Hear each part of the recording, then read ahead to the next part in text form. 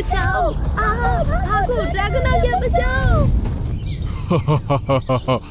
भागने का कोई फायदा नहीं बुज़दिलो। एक शाम सभी जानवर जंगल में खेल कूद और मस्ती कर रहे थे। शेर खान भी वहीं बैठा हुआ था।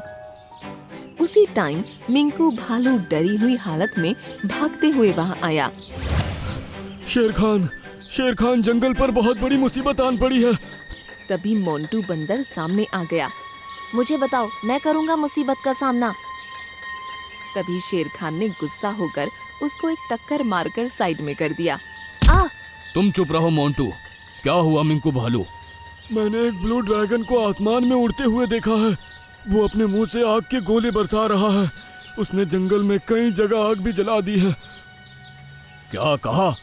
आग लगा रहा है? हम सबको अभी वहां चलना चाहिए। कहकर शेर खान ने बाकी जानवरों को भी अपने साथ ले लिया और सभी उस जगह पहुंचे जहां आग लगी थी। पास में ही एक तालाब था। हाथियों ने अपनी सूंड में पानी भर आग बुझाना शुरू किया और बाकी जानवरों ने भी मदद की। काफी देर की मेहनत के बाद वो आग बुझाने में कामयाब हो गए। सभी ने ऊपर देखा तो एक बड़ा सा ब्लू ड्रैगन उनके सर पर मंडरा रहा था। वो सभी जानवरों के ऊपर अपने मुंह से आग के गोले फेंक रहा था। जानवर उससे बच रहे थे, लेकिन जहां वो गोला गिरता वहां आग लग रही थी। भागने का कोई फायदा नहीं बुज़दिलो। वो नीचे आ गया और जोर जोर से हंसने लगा। तेरी इतनी हिम्मत, तू हमारे जंगल को आग लगाएगा? तभी उसने एक आग का गोला मुंह से निकाला और मोंटू बंदर की पूंछ में आग लग गई। उफ, ओए माँ, वो इधर उधर भागने लगा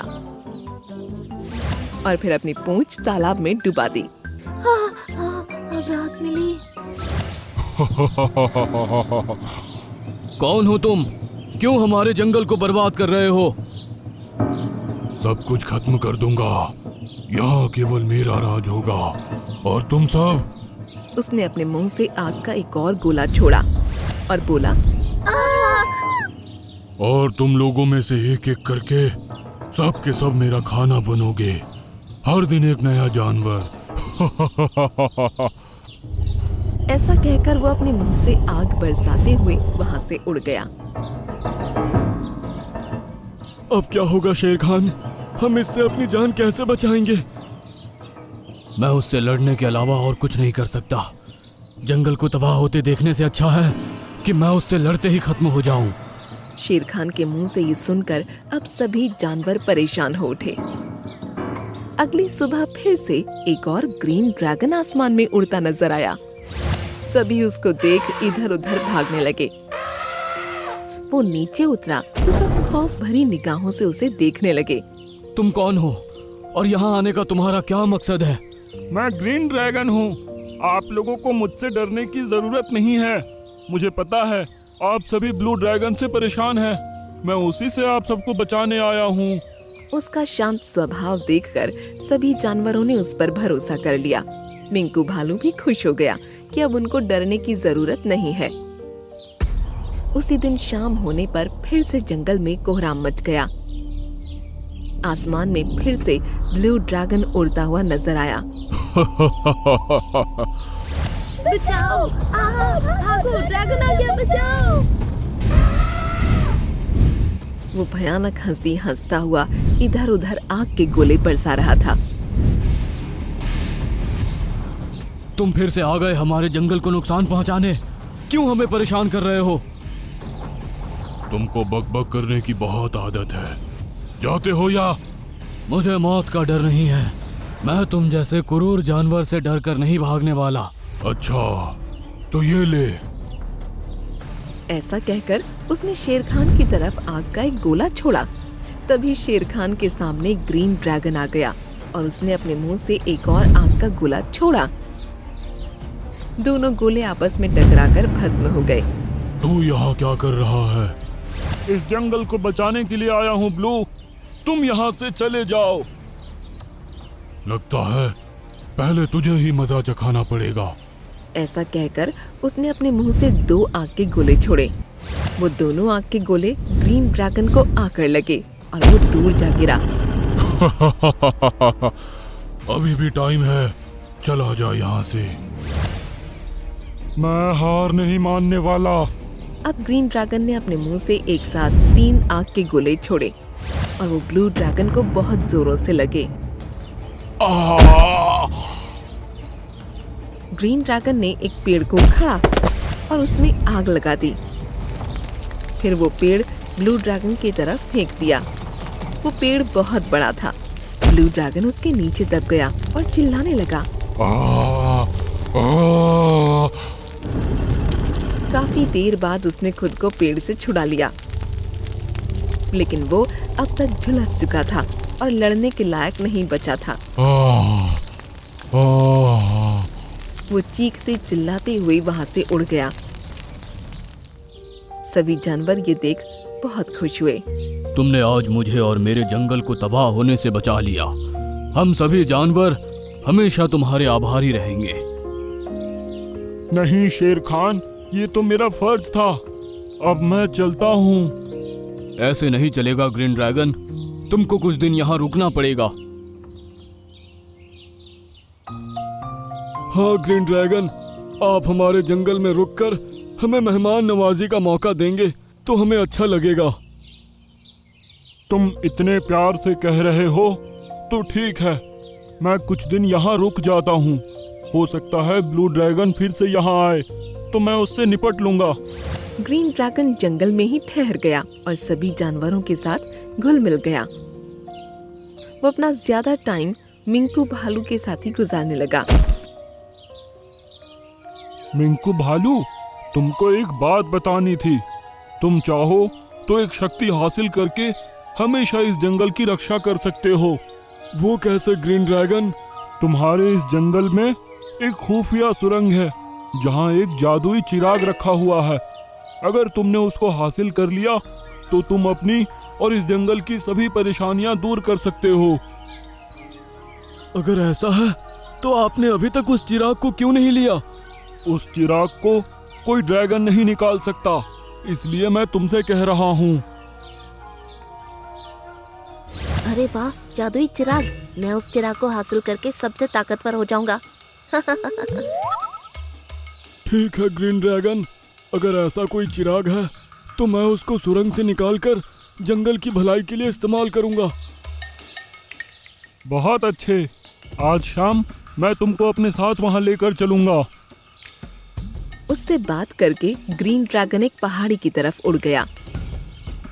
वहाँ पर ब्लू ड्रैगन उसका इंतजार कर रहा था कि दोनों असल में एक दूसरे के भाई हैं। इन्होंने मिलकर वो सब नाटक किया था जिससे कि ग्रीन ड्रैगन पर सभी जानवर भरोसा करने लगे। हमारा प्लान कामयाब हो रहा है भैया। सभी जानवरों को मुझ पर अंधाधुंध भरोसा हो चुका है। आज शाम मैं मिंकू भालू के जरिए उस जादुई चिराग को हासिल कर लूंगा जिसको पाने के लिए हम दोनों ने ये सब ड्रामा किया था। आखिर ये दोनों ड्रैगन किस जादुई चिराग के बारे में बात कर रहे हैं? क्या ये चिराग हासिल कर पाएंगे? चिराग लेने के बाद ये मिंकू भालू के साथ क्या करेंगे? इन सभी सवालों के जवाब आपको मिलेंगे इस कहानी के अगले भाग में जल्द ही। अरे चिंकू मिंकू, तुम दोनों आज अकेले कैसे?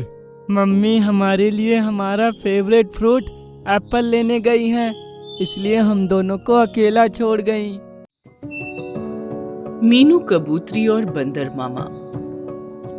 आज मीनू कबूतरी बहुत खुश थी। कई दिनों की देखरेख के बाद आज उसके अंडों से बच्चे निकले थे। आसपास के सभी पक्षी और जानवरों ने आकर मीनू कबूतरी को बधाई दी और बच्चों को खूब प्यार किया। मीनू कबूतरी ने दोनों का नाम चिंकू मिंकू रख दिया।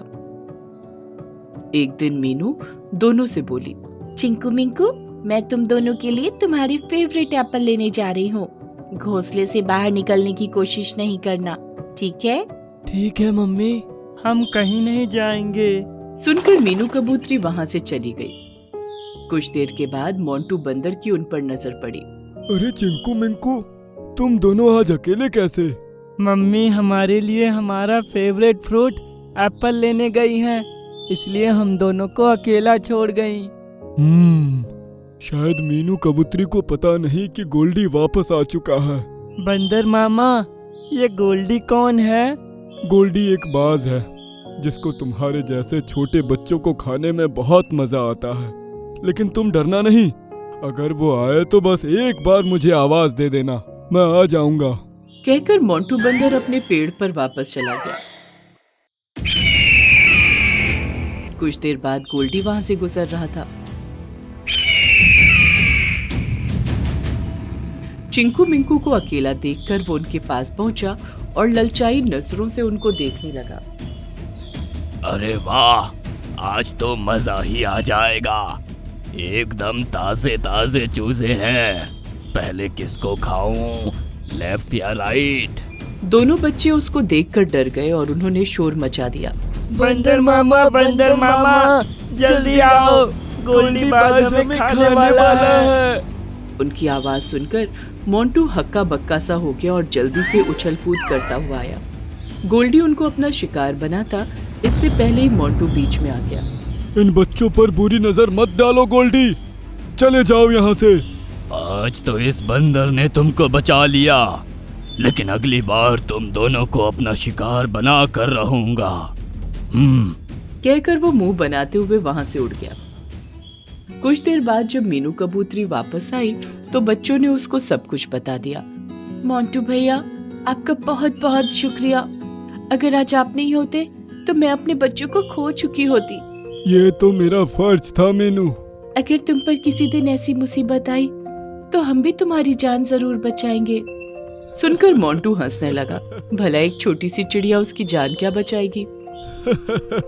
ठीक है, मैं चलता हूँ, अपना ध्यान रखना। कुछ दिनों बाद मोंटू बंदर पेड़ पर बैठा केले खा रहा था। तभी कहीं से गोली चली और उसके पैर में आ लगी। वो चोट खाकर गिर गया। मेरा पैर। उसकी चीख पुकार सुनकर कई जानवर उसके पास इकट्ठा हो गए। मीनू कबूतरी और चिंकू मिंकू भी वहां पहुंच गए। बंदर मामा, आपको तो गोली लगी है, इसका मतलब शिकारी यहीं कहीं मौजूद है। तभी सबने देखा कि सामने से शिकारी भागा चला आ रहा है।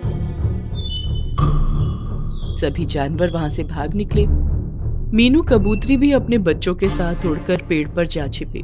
अरे ये क्या, एक बंदर को गोली लगी। चलो कोई बात नहीं, इसको किसी सर्कस टीम को बेच दूंगा। उसने मोंटू के गले में रस्सी बांध दी और उसके पैर में भी पट्टी कर दी। फिर उसको एक खूंटे से बांध दिया। मोंटू घायल था, इसलिए खुद को आजाद नहीं कर सकता था। अब कुछ खाने के लिए बना लेता हूँ। मीनू कबूतरी और उसके बच्चे पेड़ पर बैठे हुए ये सब देख रहे थे।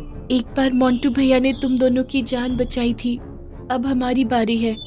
हम किस तरह से इनको बचा सकते हैं? मुझे तो बहुत डर लग रहा है।